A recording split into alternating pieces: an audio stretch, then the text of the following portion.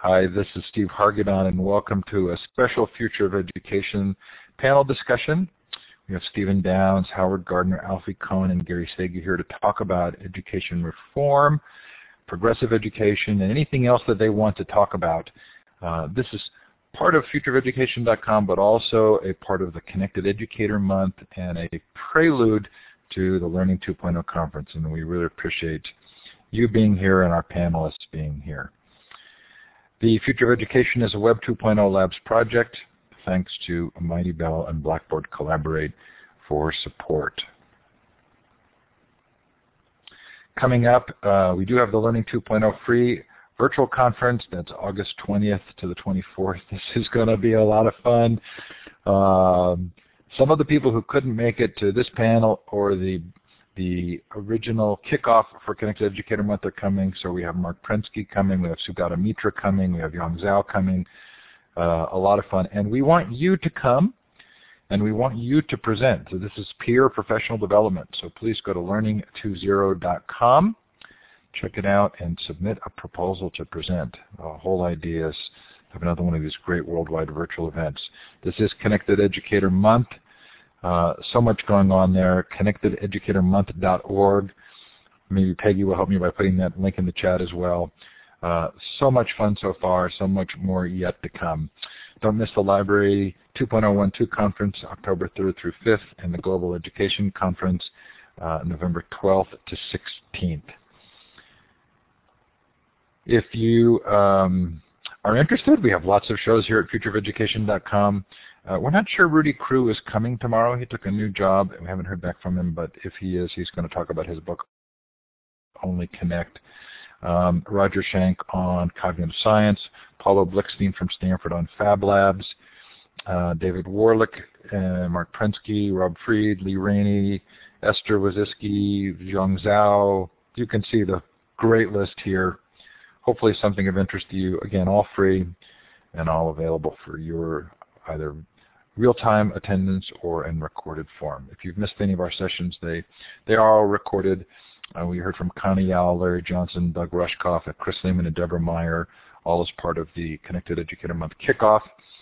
Before then, David Dubel-Bice and I talked about Ning as a platform for social networks for education. Anyway, lots there, over 300 interviews now. Again, hopefully something of value to you. So this is your chance now to let us know where you're participating from. To the left of the whiteboard, you should see some icons. You're looking for the star, the second one down. Double-click on that and then click on the map, and feel free to put in the chat where you're participating from.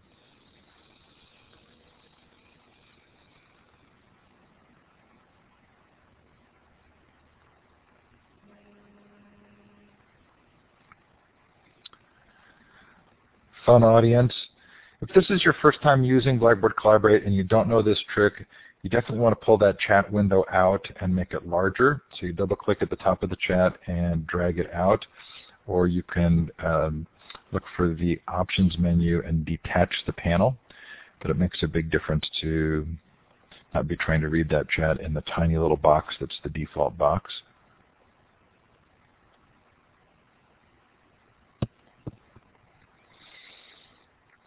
I see that Alan is here.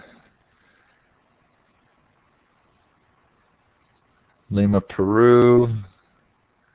What a nice worldwide audience.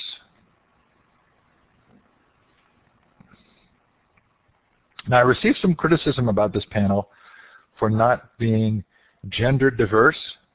It's also North America centric, but I hope you'll accept my apologies, and also that you'll notice that we've tried to do a lot of diversity in Connected Educator Month and all the other events. So you may have to live with a little bit of, well, a lack of diversity in this session, but hopefully made up for by the value of what we're going to talk about.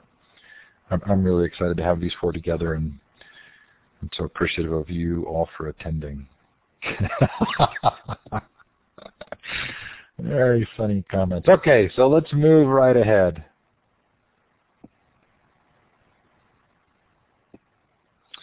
There is a Mighty Bell space for this session. If you haven't played with Mighty Bell yet, it's Gina Bianchini's new project. I really love it.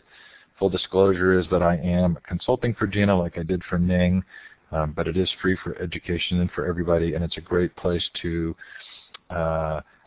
aggregate resources, a sort of curation and conversation.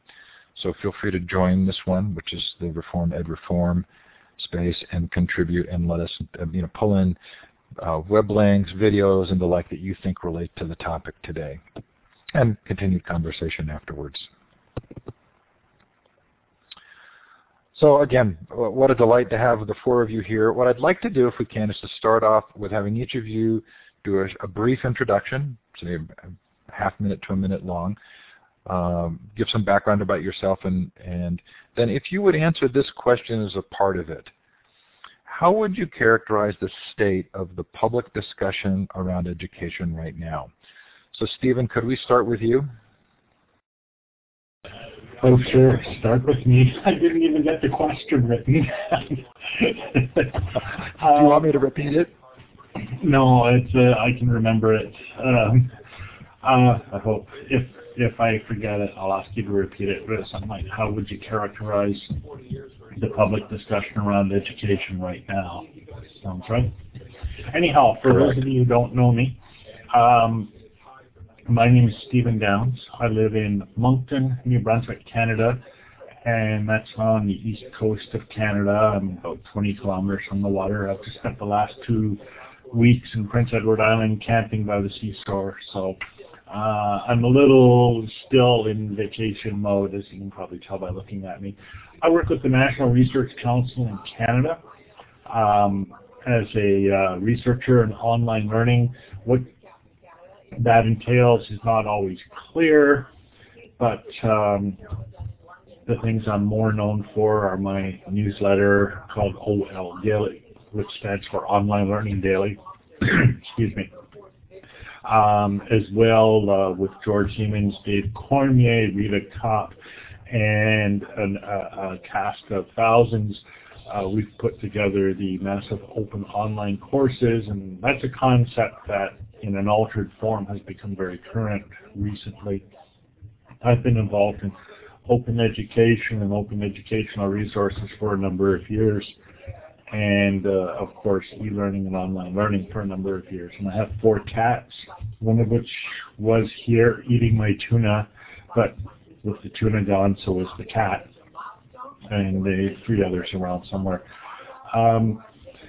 How would I characterize the state of educational discourse right now? Disjointed, garbled, disunified. There isn't a consistent theme. There's a lot of activity around distributed and online learning, some of that for good, some of that for less than good. I think there is a significant effort underway to privatize education generally, and that's a trend I would resist. And at the same time, new technologies and new models are offering us opportunities to provide learning or help people provide themselves with learning to a much greater student body than ever before. And I'll leave it there for now. Thank you, Stephen. Howard, can I ask you to do the same? You need to click on the talk button to turn your mic back on. Okay. Are you hearing me? Yes, thank you. Good. Howard Gardner. I'm teach at Harvard, have been at Harvard for many years. I started out as a research psychologist, but then I moved more into education, particularly K-12 education. And the last few years, I've been trying to understand the digital landscape, working with some very good colleagues, and I guess that's why I've been asked to participate today in this webinar. From the point of view of the discussion about education, I'm going to restrict it to the United States. I would say the public political discussion of education is very off-putting. It's almost entirely about test scores and ranking, and everything that looks like it may raise test scores and make us look better than other countries in PISA or TIMSS gets praised. Everything else gets denigrated.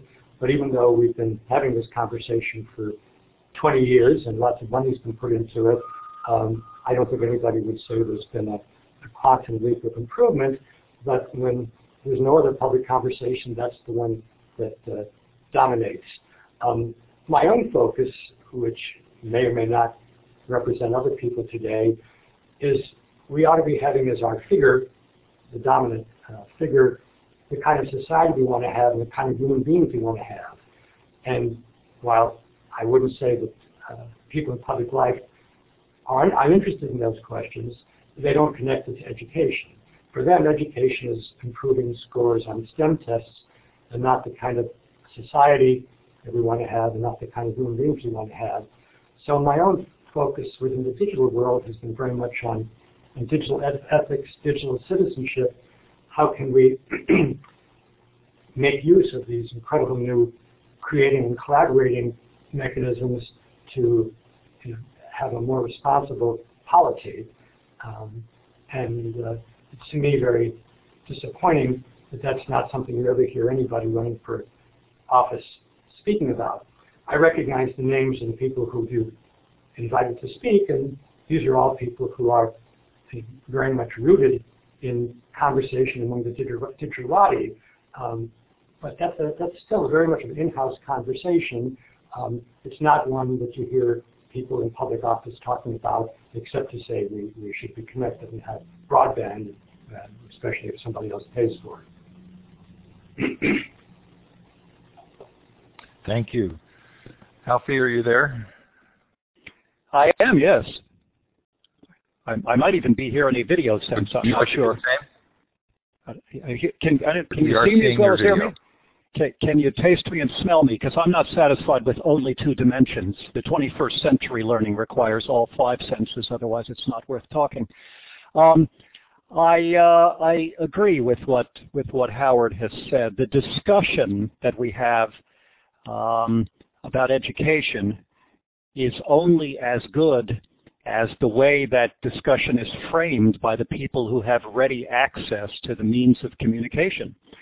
So if public officials and corporate officials and the corporate media have framed the conversation about education in a particular way, then it's likely that we will ask some questions and studiously avoid others.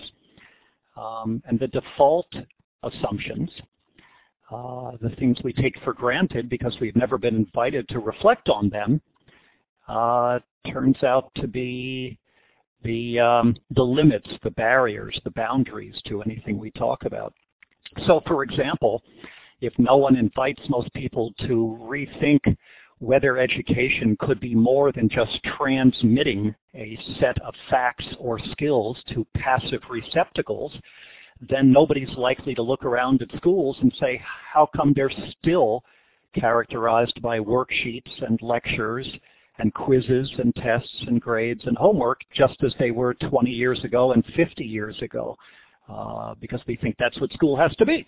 And if nobody has said standardized tests tend to measure what matters least, and there are more meaningful and less destructive ways to assess individual students as well as whole schools, then the public discussion will just be based on a sort of monosyllabic grunting of test scores go up, that's good. And if the larger public conversation assumes that government is always a bad thing and the free market delivers results, then we will be inherently suspicious about the great democratic public institution of education in this country, and will look for ways to undermine its public status or be receptive to people who attempt to do that, which is exactly what we're seeing now in the name of choice and so on. So, and 2 other, I guess, default assumptions that drive the conversation, again, because few people have asked us to question, are, number 1, the belief that to assess means we have to measure, which is to say that everything can and should be quantified, so we don't even ask anymore, how do you assess student learning or teaching quality? we're already at the stage of saying, how do we measure it, which has a detrimental impact on the assessment and on what we do. And the other one is, which I think Howard alluded to, is the idea of competition, conflating excellence with beating people, so that it's all about how much better my school's doing than yours, my state than yours, or my country than yours. It's about ranking. And as long as we're thinking about who's beating whom, everybody ends up losing. Thanks, Alfie. Gary? Yeah, hi, Steve. Thanks for inviting me. It's great to be with old friends and people I admire, and I would like to also add that I fully concur with what Howard and Alfie just said. I've worked in education for the past 30 years trying to help teachers make sense of a world in which there are remarkable opportunities for the construction of knowledge afforded by computers and related peripherals and wondrous materials that allow us to learn not only what we've always wanted kids to learn, maybe with greater efficiency or efficacy or comprehension, but to do and have experiences which are the basis for education in domains that were just impossible a few years ago. So I created the Constructing Modern Knowledge Summer Institute to create a space where educators could have 4 days to come together and learn by doing in a modern context, and where we could build bridges between the great thinking and progressive education and the remarkable digital opportunities that are available to us as an intellectual laboratory and vehicle for self-expression. I've taught everything from the preschool level through the doctoral levels, worked as an education journalist, speaker, author, academic. I'm pessimistic and optimistic about the current state of education dialogue and policy. On the one hand, we're clearly in a period of dark ages and increasing helplessness among educators. Paradoxically, at the very same time, that there are opportunities to know and do in ways that were unimaginable, in some cases, just a few years ago. I just saw Gore Vidal's remarkable play, The Best Man, on Broadway for the 4th time. And there was one line that I wrote down feverishly during the play that I think sums up a lot of my thoughts about Connected Educator Month and a lot of the gee-whizzery on the part of the digerati that Howard alluded to. And in the play, one of the characters says, "I like the way you always manage to state the obvious with a sense of real discovery." We need to recognize as progressive educators that we stand on the shoulders of giants, that every problem in education has been solved somewhere before, and that we need to band together and raise our voices and ensure that the forces of darkness don't fill the void and make schools mind-numbing, soul-killing places for children. Perhaps the best thing we can do is wake up every morning and ask ourselves, how do we make this the best 7 hours of a kid's life? Gary, you turned your mic off, so I think you're done. Are you still there?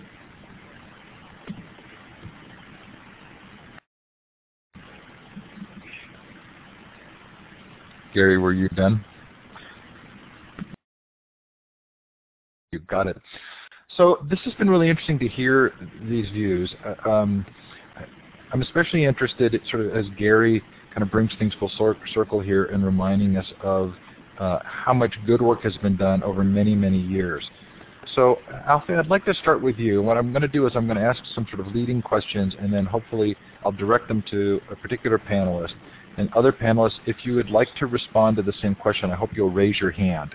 So that's the third icon over. It's the hand icon, and let me know you're interested as well. So if there has been really good work done in the past, and that it's important to recognize that, and yet sort of consistently progressive or alternative education ideas have never become the main narrative. Alfie, do you think there's a moment here in terms of the internet and technology, a moment where our ability to gather 140 people together, even if it is in a little bit of an echo chamber, Do you think there is the potential for more visibility or a change because of the technology? I don't know the answer to that. I have not made educational technology a centerpiece of my own research and thinking the way some people have. I think, and actually when it comes to the role of technology in education, when I do think about it, I end up sounding disconcertingly moderate, certainly uncharacteristically so for me, where I tend instinctively not to side with people who think, yes, this is the great moment, the great awakening, the great opportunity that we've never had before Twitter and Facebook and various other social media and classroom technologies. I tend to be skeptical of many of those things. Like Gary, you know, I'm very concerned about the kind of technology like interactive whiteboards that just cement into place the old-fashioned teacher-centered view of learning, except with new bells and whistles attached. On the other hand, I don't take the view that this is the devil's creation and no child should be looking at a computer until age 10 or something of that sort. But your question isn't just about, as I understand it, Steve, about technology in the classroom or technological ways of connecting educators, but ways of making political change. And, you know, I don't have any special expertise here. It appears that people can connect more quickly, albeit sometimes more superficially. But if we have problems in recognizing what's wrong with the status quo, or a lack of imagination in thinking about what we could have instead, then no amount of facile and speedy connection is going to lead us to make change. Interesting. Howard, how about you? Do you agree with Gary that every problem has been solved before?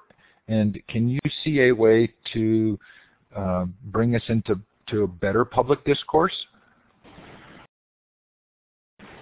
Okay, well, that's two separate questions.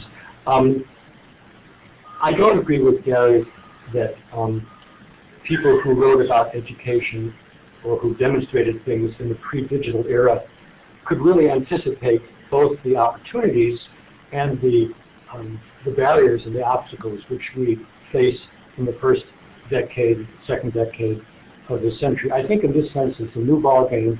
It's as different as when writing was introduced thousands of years ago or when print was introduced hundreds of years ago.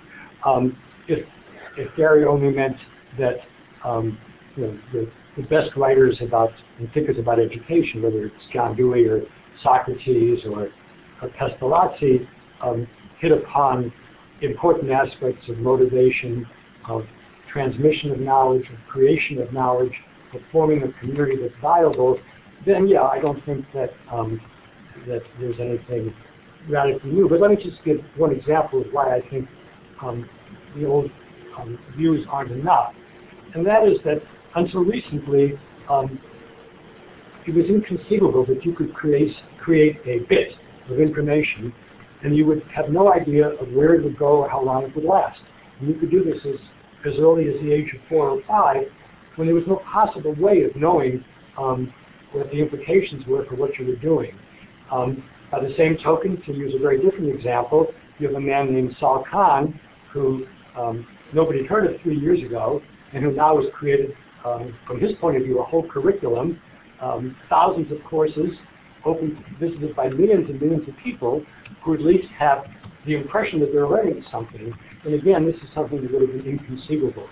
So in that sense, I do think we have to revisit every question. We have to reframe classical views of education and progressive views of education in terms of the connectedness, the constructive possibilities, and the destructive possibilities, which would have been unimaginable in my parents' generation. Now, as to your second question, changing the public discourse, you know, it'd be nice to have some people running for office who would actually say what they thought. More energy. But I think something different is going to happen. Namely, that people who do understand the new media and their potential will either change schools quite radically or, more likely, will pursue education outside of school, because there's less and less reason to go for 7 hours a day if you have a rather selfish and singular-minded view of what it means to know and construct. And this may end up creating an elite of knowledge producers and transformers, but one which has even less social conscience than nowadays, because they won't even have to spend 7 hours a day with anybody who they don't want to spend 7 hours with. And so the democratic heart of education, which I know others on the panel will embrace, the Deweyan view, is going to become less and less necessary, and I think that's disastrous.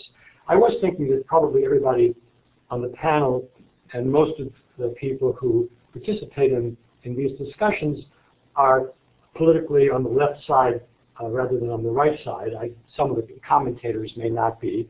And yet, it is the people who are more on the political right who fully understand the power of the digital media in the entrepreneurial sector, but could care less about what goes on in the vast public school system, and many of them would like to get rid of it.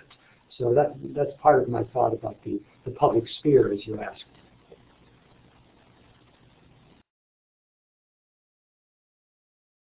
Steve?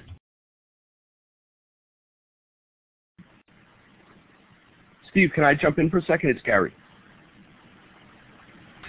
Steve's audio was cut out, so you might as well jump in. Okay, yeah, I agree with both Alfie and Howard again. I don't view computers as a way of measuring student engagement with galvanic bracelets, as Bill Gates is proposing, or tracking every nanosecond of what a teacher utters in a classroom and then testing the children for their ability to binge and purge. I'm talking about it as a constructive medium, which enables greater democracy and collaboration, but more importantly, for a wider range and breadth and depth of projects to exist than have ever been possible before. You and I both spoke at the Maker Faire in May in the Bay Area, where 100,000 children and adults, experts and novices came together to celebrate invention and creation and making things together. And there were landscapes made of masking tape and computer-embedded origami and fire-breathing machines and everything in between. And there was a remarkable spirit of the metaphor Papert used of a samba school of old and young learning together, of making things, of learning by doing, of constructing knowledge. And I see that as a really positive trend that hasn't really broken through to the mainstream media, despite the fact that 2 magazine covers in June featured cover stories on summer tech projects for you to do with your children, which I saw as a very positive development. The downside of that discussion, and it's related to what Howard said, is that most of the folks in attendance had simply given up on school. That these folks who are part of this burgeoning field of learning by doing, of bringing old craftsmanship to new technologies and a spirit of cooperation and barn building and creativity and artistry, just didn't think that education had a role to play in the future. I'm not quite so pessimistic. The school is still where the kids are, and that's why I'm dedicating as much energy and time as I can to try to create those kinds of rich experiences in schools, because that's where we'll benefit the most kids. Yeah, it's funny to hear us saying like school is where the kids are. I'd rephrase it as schools are where the kids are forced to be. There's twin issues here. There's the one issue characterized by the question, has every problem been solved before? And I think the answer to that is no. And I think in some very knowable ways the answer is no. The second question, and it's come up in various ways, revolves around the whole question of changing the public discourse. And that ranges from the question that was put at the outset, I think by Alfie, what sort of society do we want, to the concept of engagement and democracy that has been raised more recently. I think it's important. If we talk about educational technology, and we have to talk about educational technology today when we talk about education, to distinguish between different types of technologies. And I'll make a rough and ready distinction, the distinction between mass technologies and creative technologies. Mass technologies are the ones that you hear about all the time. Social networks, Facebook, Twitter, as well as YouTube, as well as the new massive online courses offered by Coursera, the Stanford AI course, and all of the rest of it. Creative technologies are the ones we often don't hear about. They're the ones that are used by fewer people. They're the ones where people create their own environment rather than inhabiting another environment. They are the technologies that are implicated in construction and destruction, change, and progress. I draw this distinction because I think that the road for education lies in the latter, lies in the creative, and therefore I align with Gary Steger in this respect, and with many others, Seymour Papert among them. I also see this creative technology as being essential to democracy, but not essential to democracy in the sense of changing the discourse. The concept of changing the discourse, the concept of defining a society we want, is a mass kind of discussion. And I think we do students and education a disservice if we think of education as a mass kind of phenomenon. This is why the technology and the new technology is so important. We've always had technology in education. From the very moment we went from voice to quill or voice to rock on stone or whatever, the technologies we have been using have been mass technologies. That's exactly what the school system is a mass technology. And we all know this. And that's why we use mass broadcasting technologies like books, like standardized curriculum, etc., in order to produce mass results. But those are, to my view, the antithesis of democracy, or at the very best, a democracy created by counting. The newer technologies are, it's not a cliche, they're network technologies, but more significantly, they're technologies that enable individuals as autonomous, diverse individuals to create. Now, this is not individualism of the Ayn Rand kind or the libertarian kind or anything like that. That's just another face of massivism. Massivism? Whatever. This is a type of individualism where people are connected together and where the value of the whole is created through the diversity and the autonomy of the individual. And I think if we're going to look at where education ought to be headed and how to change, if you will, the public discourse, we ought not be focused on politicking and mass media and changing the discourse. I think we should be focused on the networks, enabling the networks, enabling creativity, enabling the connections to be formed, and allowing people themselves to form their own discourse, allowing each individual in society to define for him or herself what kind of society he or she wants. There's no need for a consensus. There's just need for a connection. Alfie, has Stephen addressed this in a way that gives you a new perspective? How would you respond to Stephen's description of the potential of the technology as a creative force? Well, I don't disagree with anything that I've heard. There's a problem when you get a bunch of people together who think about the larger issue a lot for a living and in their spare time, where each person thinks, of course, I'm grappling with the key issues and everybody else is a little bit off the point. They're on the margin, and that's all very nice, but I have to come back to what I said, which is the center of things. And I don't want to do that. I just want to say that I'm tempted to do it because I don't think about technology as much as I think about teaching and learning and curriculum and assessment and human development and educational psychology. So the kind of technology he describes makes good sense to me. I would want to make the point that technology is not neutral, which I don't want to create a straw man. I haven't heard anybody say that today, but there is a tendency to think that it's just a tool and it all depends on how we use it. And I think we know that often that's not the case, that what we are counting and whether we choose to count, that is measure in the first place, or how we talk to each other, or whether we're in the same room when we discuss issues, itself can have an impact on the substance of our conversation and ultimately even on our thinking. That's a point that has been made by many people over the years, from Neil Postman's Amusing Ourselves to Death to Nicholas Carr's recent book, The Shallows.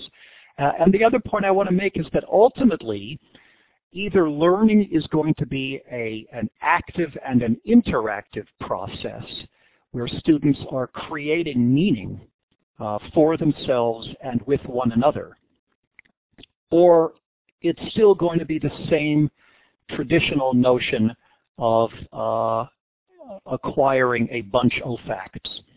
And I can imagine a constructivist and a behaviorist approach to teaching in an old-fashioned classroom where nothing is digital, and I can imagine and have seen both a constructivist and a behaviorist approach in a brand new, digitally enhanced, super shiny, nuclear-tipped, laser-powered classroom too. So the fundamental question is, what are questions about human nature, about child development, and about pedagogy, at least for me, more than they are about what kind of technology and how we apply it.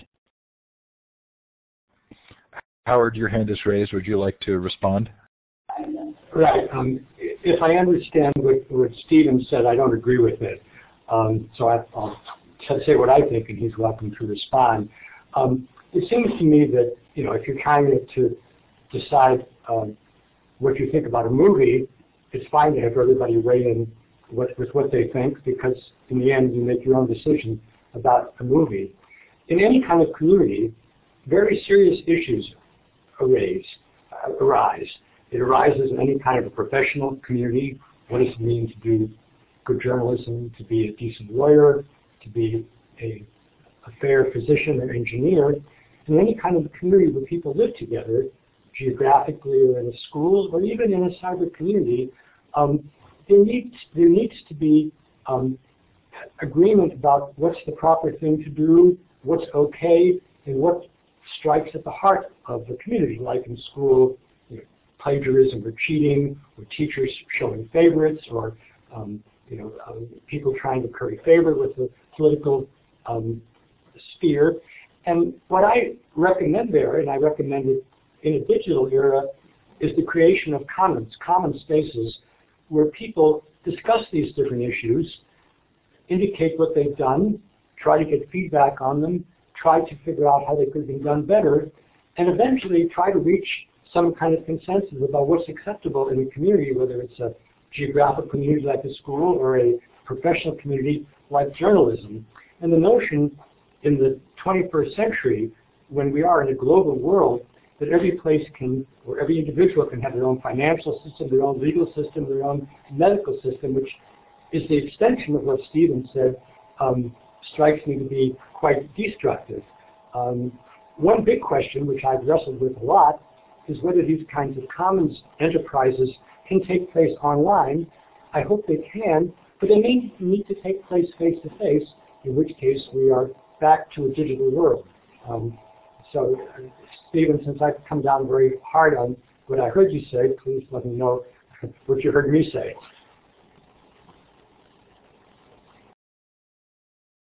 Stephen, did you want to respond, or shall I keep going?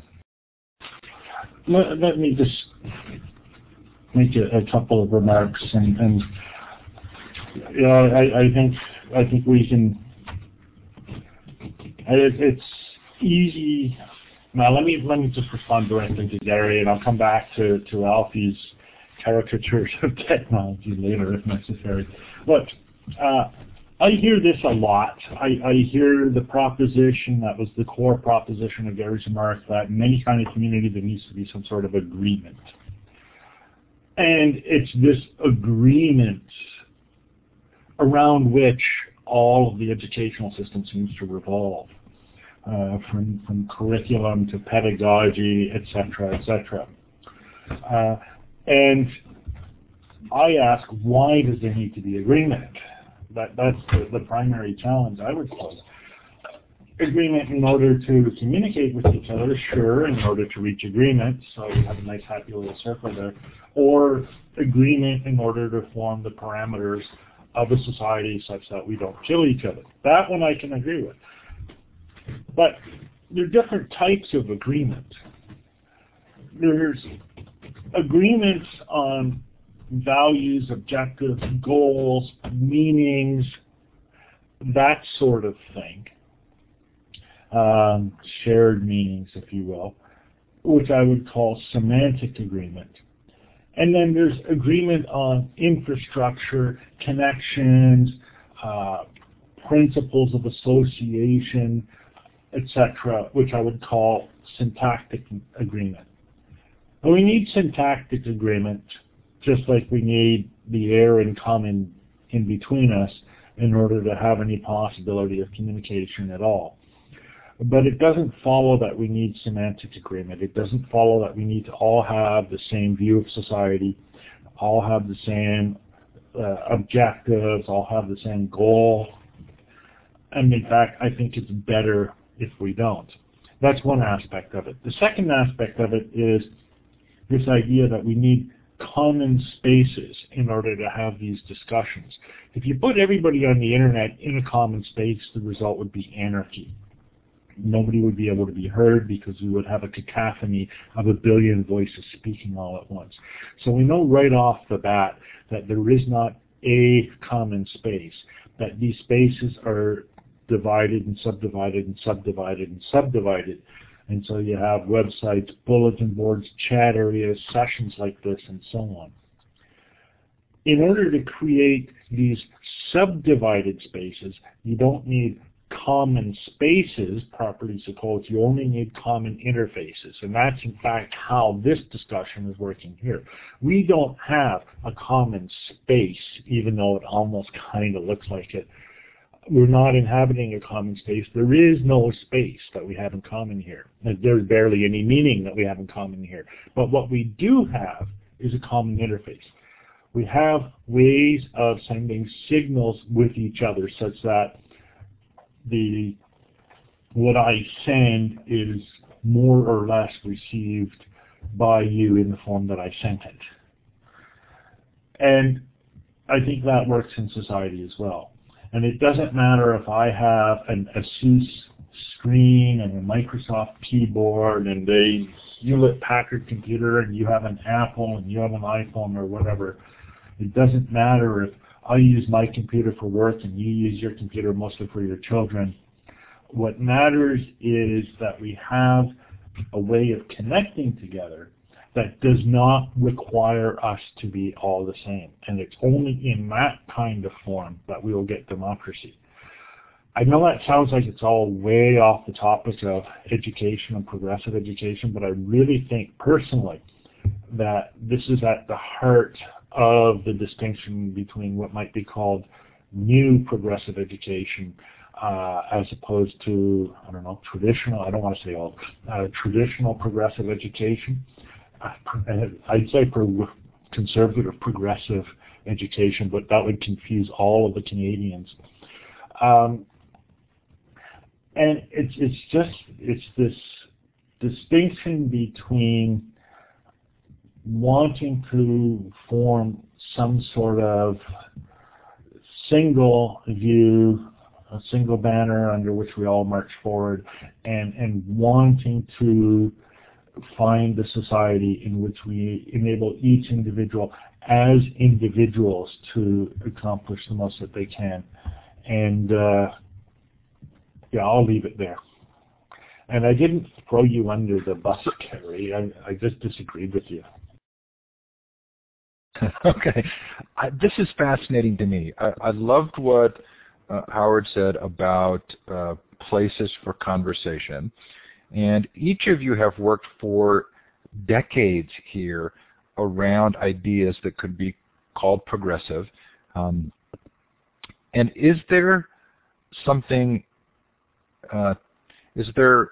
to consider here when we have an enormous group of people who have been participating in web technologies, who have been creators, from the open source movement to Web 2.0 to Maker movement? If there's value in that conversation, and we have a large group of people who are coming in inclined toward constructivist, progressive ideas because of these experiences, what can we do to help facilitate those conversations in a way that benefits the larger dialogue?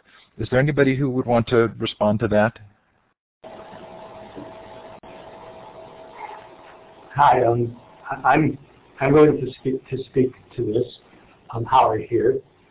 I think that much of the individual educational goals of progressive education, some of which Stephen mentioned, are actually fostered by the digital media. It is much more possible to learn what you want to learn in your own speed, to learn in a constructive Web 2.0, Web 3.0 way as possible. And as I said earlier, I think people with means and some good role models can have a tremendous education from a cognitive point of view. Where I differ quite dramatically with Stephen, but we'll have to continue the discussion elsewhere, is the feeling that every individual doing his or her own thing is enough. I think that in any community that's going to be viable, whether it's a school or a professional community, or increasingly the globe, it isn't enough just to have the same platform. You have to work to try to wrestle on very difficult issues on which people disagree. Living in Canada, you don't have a sense, perhaps, of what happens when we have a totally paralyzed Congress, where there are people who totally disagree, and each side of which is right, and there isn't the slightest scintilla of an attempt to moderate between those positions. So goodness knows Barack Obama thought he had those kinds of skills. So I think not only common spaces, not only conversations, but increasingly impressive moderating and modulating to try to bring out the things where people can make common cause is essential. I don't know Stephen very well, but clearly that's the role that he has. And this is Stephen Hargadon, and just to play out the Gardner Downs little controversy here, one of the decisions we have to make is whether we even want to continue talking to each other, and that would depend significantly on whether there was a Stephen Hargadon who said, I'm going to try to help this happen. So the notion everybody, each person tending his own garden and things are going to be fine, I don't think was ever true. And in the modern connected digital world, I think it's a non-starter. So Gary, Alfie, let me ask this question, then I'll come right back to you. So Gary, you've said that this is an imperfect medium, but we are having the conversation. So does that have value? All dialogue has value. We live in an age where, again, as Alfie said, technology is not neutral. It always has affordances and constraints, costs and benefits. And we seem to be fetishizing things like TED, which are highly scripted monologues, as opposed to dialogue. And our society needs a lot more dialogue and discussion. It's critical for democracy. It's critical for progress. It's critical for making schools better places for children. But we're operating against the clock here, and there seems to be differences without distinction that are unclear to me, and we're just sort of making opening statements, and it'd be nice if we had some way to go beyond opening statements and talk about teaching and learning and some things that might actually make the world a better place for teachers and students. And Alfie, I apologize for interrupting you. Did you want to make a comment? No, it's not a problem. I'm inclined to go back to your larger question about how to bring others in on the process of making education more progressive. And for me, that's a question that goes well beyond and to some extent needn't even focus primarily on the technology issues that have dominated this discussion. When I think about ways to invite parents and teachers and other citizens to question the traditional aspects of education, the first thing that occurs to me really has nothing to do with Web X.0. In fact, I'd rather have people in the same room attending to nuance, building on each other, and being able to form the kind of connection, interpersonal connection, that is flattened necessarily when you're at a distance, even looking into a little camera. I'm interested in helping people to think about looking forward and looking backward. I'm distilling an awful lot that I've thought about and borrowed from others over the years when people ask me, how do you help people who have accepted too many traditional assumptions about the methods and goals of education to reconsider? And to look backward is to ask, what was it like when you were in school? Tell me about a time when things worked well, when you were excited, engaged in the learning, when you groaned when the bell rang. What was going on? And people tend to offer answers about how, I remember the time we were working in a group and I felt like everything clicked and we were learning from each other, not just sitting next to each other. Or the time we went outside the classroom into the community, or the time when we got to decide what it is we wanted to read and do. And what people, even traditional folks, tend to be naming are aspects of progressive education in the best sense of that term. And then the question becomes, don't our kids deserve those components most of the time instead of only occasionally, the way most of us had them? That's the looking backward. And the looking forward is to ask the question, which I begin most of my lectures and workshops with, which is, what are your long-term goals for your kids? How do you hope they'll turn out? And wherever I go, I get very similar answers, which I think most of you can guess.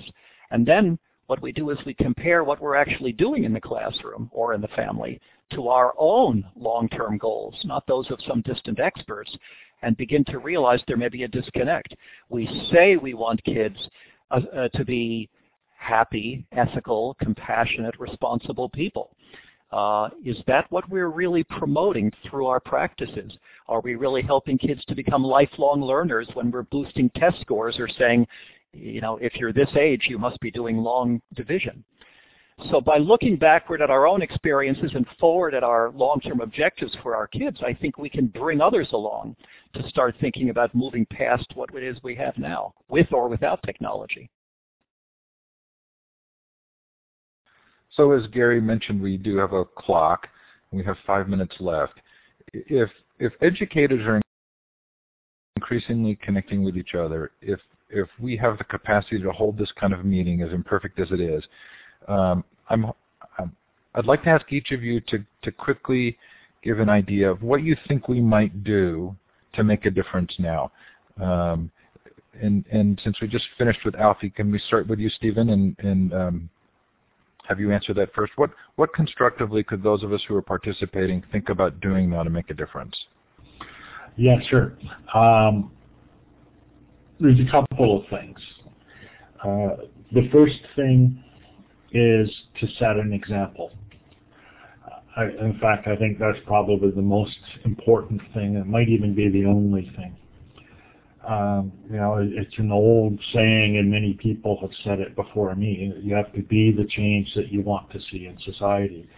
There's this presumption that we can somehow propagate through other means what we want to propagate, whether it be through education, whether it be through media, whether it be through political activism. My belief is that these methods are overrated, and that the best argument for any philosophy is to live that philosophy. The second thing in addition to playing chimes to people around the world, which I also recommend, is to create the conditions whereby people can help themselves. And I'll respond to Gary Steger's straw man argument in another forum.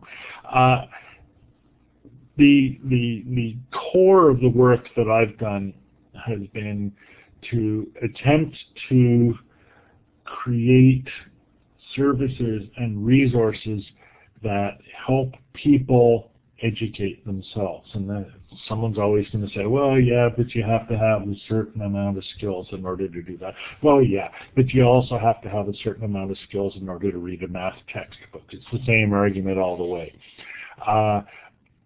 I believe in putting resources out there into the community, publicly provided, freely accessible. Because this was one of the things that was in Steve Harganon's primer thing. A lot of education happens outside the school. I would say, in fact, the majority of education happens outside the school. And a lot of success or failure in education these days is based on socioeconomic status. So measures that we can take that reduce the impact of socioeconomic status on education are those most likely to have the greatest impact. But I do this in a provisioning way rather than in a prescriptive way. I say make education possible rather than make a certain sort of education mandatory and or even prescribed. And that's the example I try to live, and that's the service I try to provide. Thank you, Stephen. Howard, final thoughts or ideas for action? I said at the beginning that what's most upsetting to me about the current education discussion, certainly in the U.S., is the foregrounding of test scores and rankings. My work now, and like Steve, I try to practice what I preach, is to try to create a different central figure, the figure of the kinds of human beings we'd like to have and the kinds of society in which we would like to live. I truly believe if that focus worked, many of the most vexed educational things we debate would take care of themselves, because the United States has been a place that over the centuries people have admired, not because of our test scores, but because of the kind of society we can be at our best. I think we've completely lost track of that in the last 40 years. So the work that I've been doing with my colleagues has been around the issue of what it means to be a good worker, a good player, that's a digital term, and a good citizen. We've created something called the Good Work Toolkit. There's a website with that name, .org, and we're about to introduce a huge new website called The Good Project, which will describe our good work, good play, good collaboration, good participation, good citizenship. And in each case, we're developing toolkits to try to help people not just aspire to these things, but to achieve them. And my discussion about the commons earlier was because I've really become convinced that we can't have any of these goods unless we can talk with each other, and not agree in every particular, but at least have a common vision of where we want to go. That absent, I see nothing but trouble ahead.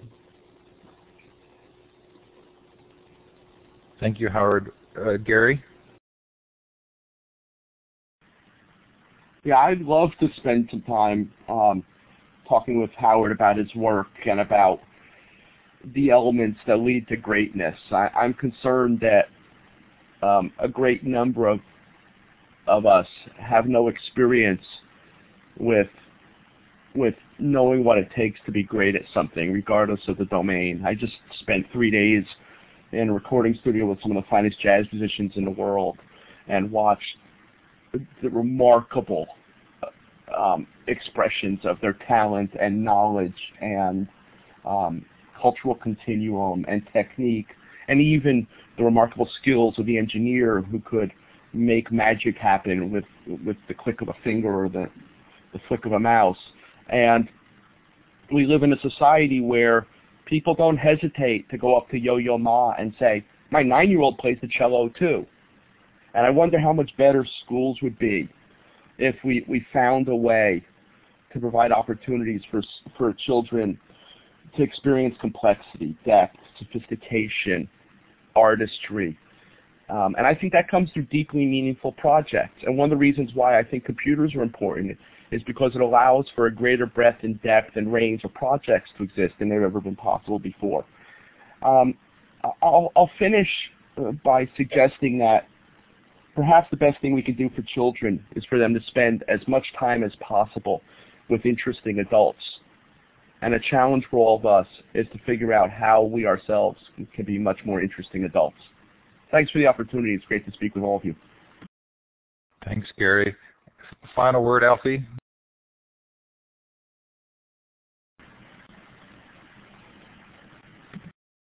Alfie, your mic's not on. Sorry about that. I'm going to build on something Howard just said with a very specific and heretical suggestion very quickly. We can't make progress in education as long as education's progress is judged by test scores. In fact, I think standardized tests serve mostly to make dreadful forms of teaching appear successful. And so I think every one of us ought to spread the word to our neighbors and to our students' parents in particular, that if you have doubts about the validity and value of those test scores, you should seriously consider not letting your kids participate on testing day. There has been talk about this that is growing now about a boycott and opt-out movement, and I think that ultimately is going to be the necessary lever to improve education in all respects when the people imposing these tests on us start to worry, what if we gave a test and nobody came? Thanks.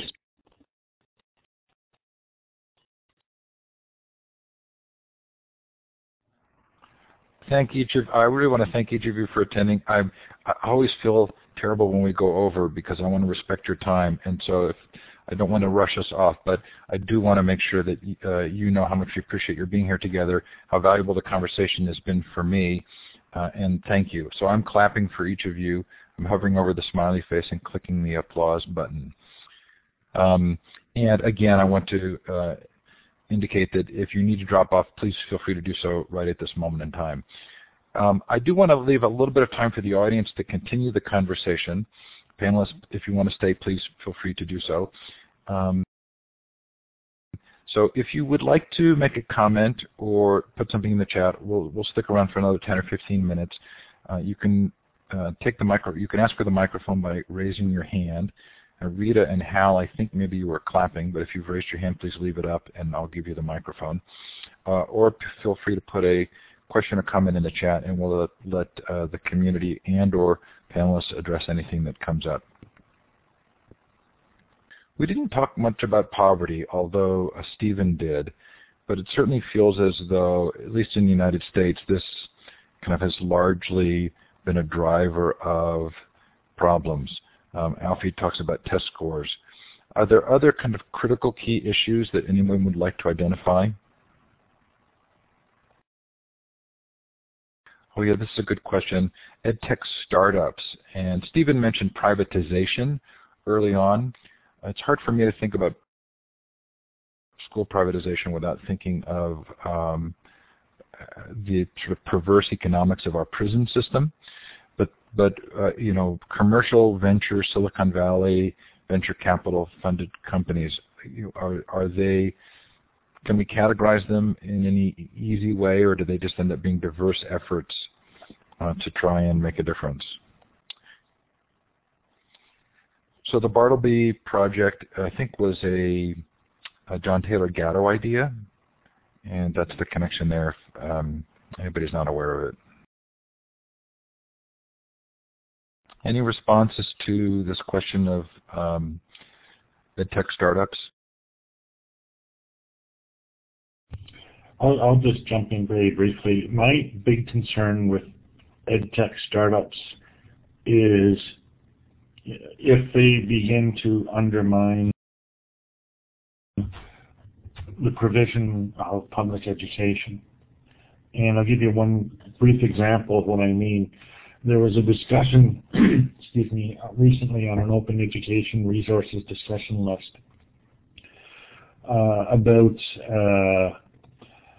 a protest of, I forget what country it was, but the publishers in that country were protesting to the government because the government was distributing educational handbooks for free, and the publishers were saying that they should stop doing this. It's unfair competition. And the results, of course, if the government stopped doing that, since it was not a wealthy country, is that most of the people in the country would not be able to get these educational packages. And that's where the issue comes to a head. Very often, private interest trumps public good. And when private interest trumps public good, then we have a situation where startup culture and private investment and privatization generally works against the interests of providing an education, or, as I like to say, enabling people to provide their own education. Anyone else? And Rita, I can't tell if your hand is up to ask a question or if you were clapping. If you would like to take the mic, I'm glad to give it to you. Other thoughts about sort of the commercial aspects of education? Yeah, I like to say that in education, good ideas are incredibly fragile and bad ideas are timeless.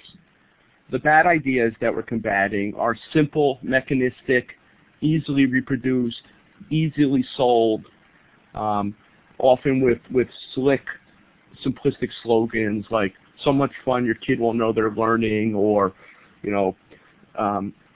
parent communication systems that allow dad to sit at his desktop computer and day trade his child every 15 minutes because a new score is expected to appear online. While the stuff that we value, it tends to be a lot more fragile and susceptible to changes in administration or policy or parental pushback or a new teacher.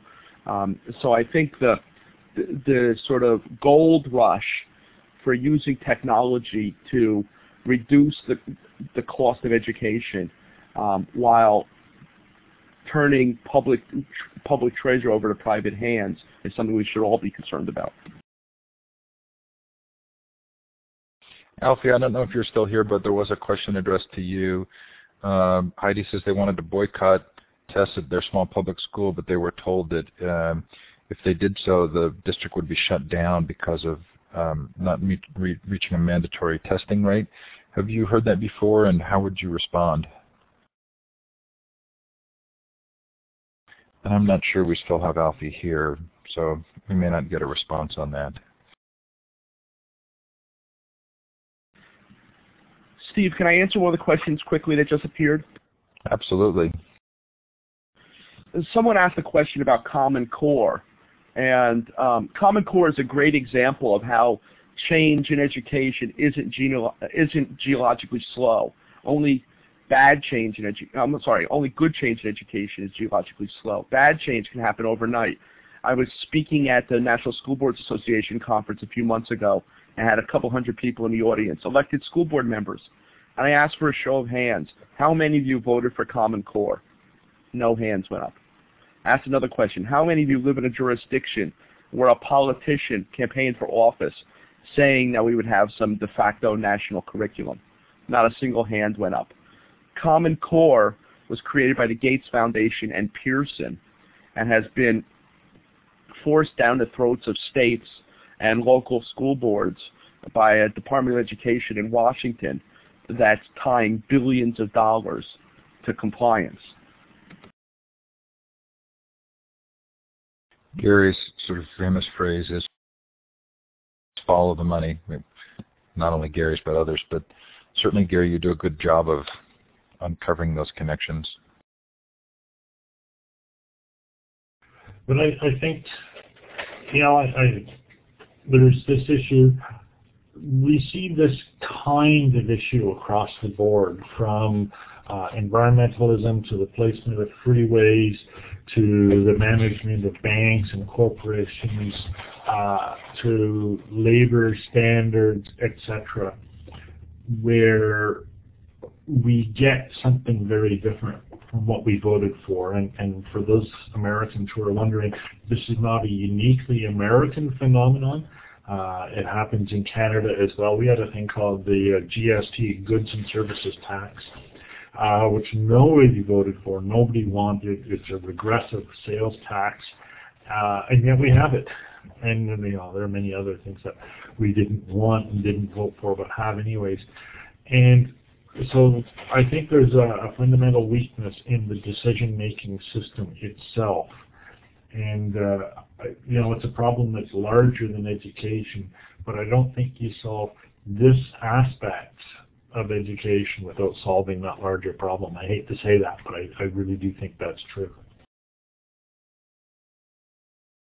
Stephen, it sure feels to me as though what we're seeing in the internet, especially the ability for voice to carry and continue, minority voices in particular, feels as though that this is actually more than just about education. It's larger than that. It's about reframing our relationship to institutions. Is that fair? Oh yeah, absolutely. This is why I'm so suspicious and skeptical about having this in common, sharing that in common, is because when these discussions happen, I'm always the minority voice. I'm never part of the majority voice. And what's worse, I think I'm right. And so, what we have now today are mechanisms whereby these minority voices can be heard and not necessarily carry the day, because, it's not about that, but at least the people who have these minority views can live by these minority views, and it's okay. I can be a socialist and still work for the government. It's okay. It's fine. It's not a problem. And this wasn't possible before. You couldn't have these minority voices where people could connect together, where I could find other people who think like me, whether across the country or around the world. So I'm losing track of where I was going with that. But I really do think that this is important, this sustaining and supporting of minority voices. I'm intrigued by how this sort of addresses fundamental issues around how we socialize and relate to others, and what it means to be a human being, and where we how we're influenced and adopt viewpoints and the like. Again, this for me leads me down a path of feeling like these are really momentous. These technologies have the potential to sort of momentously help us redefine our humanity. I was sort of thrown off a little bit when I was talking before by a comment that Durf made, but that doesn't change education, Stephen. And this is the basis, too, of some of my reaction to progressive education. The heart of education is a power relationship, a multiplicity of power relationships, in fact, and that's what is breaking down in some educational systems that are experiencing things like Common Core. The primary power relationship, of course, is teacher and student, but as anyone who grew up in a school knows, there are power relationships within a classroom, on the schoolyard. And then, of course, there are power relationships between the district and the parents, and in the U.S., the mayors get involved, which is, to me, completely bizarre. And anytime you change the power dynamics, consequently, you change education. And what new technology has done has been to change that power dynamic. And that's why I think it's important. And that's why I think you can't just sort of say, well, it's technology, it's new and shiny and all of that. even forget about things like social networks and Twitter and all the stuff that gets all of the media. The simple act of being able to write an email from one person to another person, very, very old technology, but still part of new technology, has changed this relationship. Before, students, for the most part, could not communicate with each other in class during a class. Now they can. And they can especially do that if that class is taught online. That changes their relation with the teacher. It gives them more control over their own education. And my thinking is, the more control you can give the student over their education, the more they are likely to own that education. It addresses issues of motivation. It addresses issues of appropriateness of content. It addresses issues of methodology, style, or approach to education.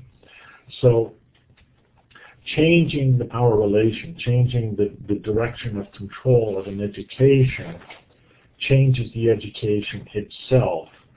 And as control migrates out to the learner, I think the educational opportunities improve.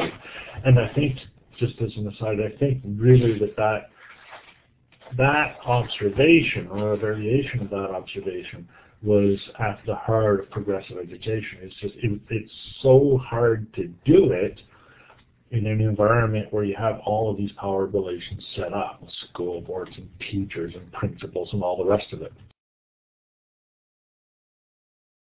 So one way to take that would be to say that these technologies are going to exert an influence, and we can just help sort of magnify the visibility of that influence of helping learners to become agents or self-driven. The other side of it is that in any power relationship, the change in power will create a struggle, and that there will be pushback in an attempt to keep the existing power structures. So what is sort of an appropriate role, and I think maybe you've answered this already, but being the change, but are there ways in which we can look at the pushback and address those specifically? Well, I address pushback by, I was going to say by arming the weak, but that might be a bit militaristic, but by empowering the disempowered. And the most effective way of empowering the disempowered that I have found is to provide an example or a model. And people look, if Downs can do that, I can do that. If Downs can do that, anyone can do that, right? And that's what makes it possible. And it's not, it's this resetting of the goal lines. It's this, or you might say, reframing of the dialogue. It's doing for yourself the thing that you want students in the classroom to be able to do. In my case, because Durf is looking for an action point, it means arguing with authority figures in public places. It means publishing a newsletter and not holding back, even if it might cost me some popularity. It means encouraging my readers to have their dialogue on their own blog rather than filling my comment stream with comments, even though it hurts my clout score. That kind of thing. And Chris is saying it sounds simple. It is. It's these many little things, and it's, in each action you take an action that is directed toward empowering the other. Is directed toward giving them space for their autonomy, supporting diversity, etc. So we should probably close up, but Gary, did you want to say anything? Enjoy the rest of your summer. Thanks. Well, thanks everyone. I had fun. I hope you all had fun. And I will enjoy the rest of my summer. Thanks, Steve, for putting this on. I really appreciated the chance to be part of the panel. Thanks, Stephen. Thanks, Gary. Thanks, everybody, for being here. What a great conversation. Love the idea of the local becoming national, working locally, knowing that has opportunity to be more visible. I will post the recording to this session at futureofeducation.com. It will also be posted at connectededucatormonth.org, and we'll look forward to other good conversations. Thanks again, everybody. Bye now.